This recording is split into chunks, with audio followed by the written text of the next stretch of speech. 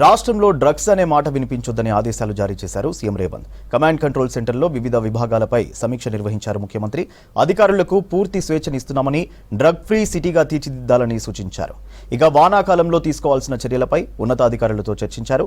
గత ప్రభుత్వం చేనేతలను పట్టించుకోలేదన్న తుమ్మల సుదీర్ఘకాలిక ప్రయోజనాల కోసం కాంగ్రెస్ ప్లాన్ తయారు చేస్తుందన్నారు.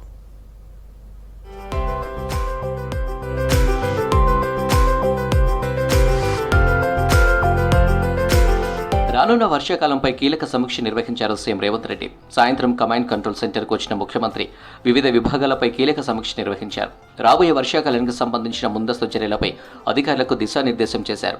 వానాకాలం ప్రారంభమయ్యే నాటికి తీసుకోవాల్సిన చర్యలపై చర్చించారు. ఇక నార్కోటిక్ బ్యూరో కేంద్రాన్ని సందర్శించిన రేవంత్ కీలక ఆదేశాలు జారీ చేశారు. రాష్ట్రంలో డ్రగ్స్ అనే మాట వినిపించొద్దని, అధికారులకు పూర్తి స్వేచ్ఛనిస్తున్నామని చెప్పారు. డ్రగ్ ఫ్రీ సిటీ కోసం అధికారులు కృషి చేయాలన్నారు. నార్కోటిక్ విభాగానికి స్పెషల్ నిధిని కేటాయిస్తామని మాటిచ్చారు సీఎం.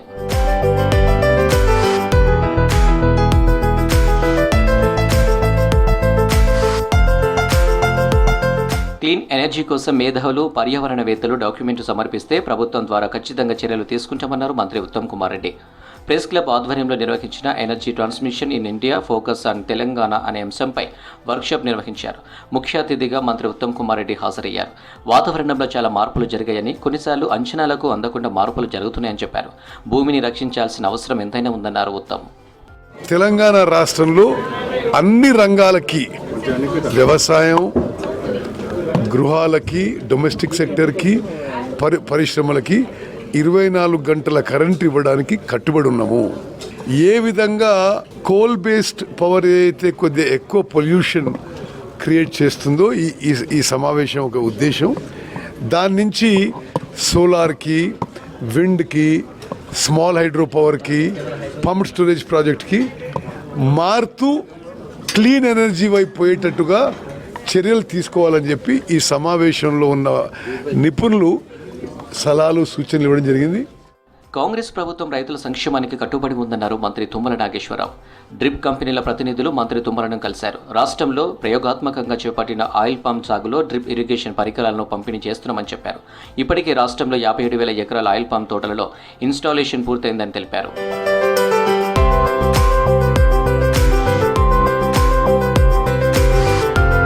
గత ప్రభుత్వం చేనేతలను పట్టించుకోలేదన్నారు మంత్రి తుమ్మల. కాంగ్రెస్ సర్కారు దీర్ఘకాలిక లబ్ధి చేకూరేలా పథకాల కోసం చర్యలు తీసుకుంటుందని చెప్పారు. కేసీఆర్ సర్కార్ చేనేత మిత్ర పథకాన్ని కేబినెట్ ఆమోదం తెలపకుండా ప్రవేశపెట్టిందని, అందుకే వారికి న్యాయం జరగలేదన్నారు. మరమగ్గాలు, చేనేత మగ్గాల ఆధునీకరణ కోసం బీసీ వెల్ఫేర్ శాఖ ద్వారా 400 కోట్లు కేటాయించమని చెప్పారు. వివిధ శాఖల ద్వారా 255 కోట్ల రూపాయల విలువైన ఆర్డర్లు టెస్కోకు వస్త్ర సరఫరా కోసం వచ్చిందని చెప్పారు.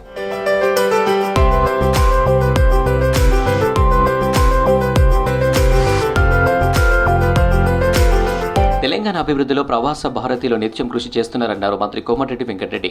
అమెరికా వాషింగ్టన్ డీసీలోని సియాటెల్లో జరుగుతున్న Telangana American Telugu association mega కన్వెన్షన్కు ముఖ్య అతిథిగా హాజరయ్యారు. పెట్టుబడులు పెట్టేందుకు ముందుకు రావాలని ప్రవాసీయులకు పిలుపునిచ్చారు. కాంగ్రెస్ ప్రజాప్రభుత్వం పెట్టుబడులతో వచ్చే పారిశ్రామికవేత్తలకు సకల సౌకర్యాలు కల్పిస్తుందని హామీ ఇచ్చారు.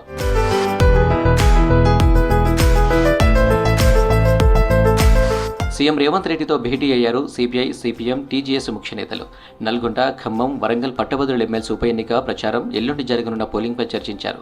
సమావేశానికి TJS chief professor Kodandaram, CPI MLA Kunamneni Sambasivarao, CPM నుంచి వీరయ్య, ఎమ్మెల్సీ మహేష్ కుమార్, మల్లు రవి, సీఎం సలహాదారు వేం నరేందర్ రెడ్డి, ఇతర ముఖ్య నేతలు అటెండ్ అయ్యారు.